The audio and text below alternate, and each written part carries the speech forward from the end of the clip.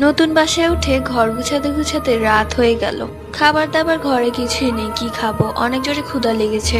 তাই বাইরে চলে গেলাম, দেখলাম যে কোনো খাবার পাওয়া যায় কিনা। অনেক দূরে দেখলাম এখনো একটা বিরিয়ানির দোকান খোলা আছে। রাতের 1টা বাজে, এখনো দোকান খোলা, একটু অবাক হলাম। যে শীত, এখন তো সব দোকানই বন্ধ থাকার কথা। যাই হোক, আমার জন্য ভালোই হলো।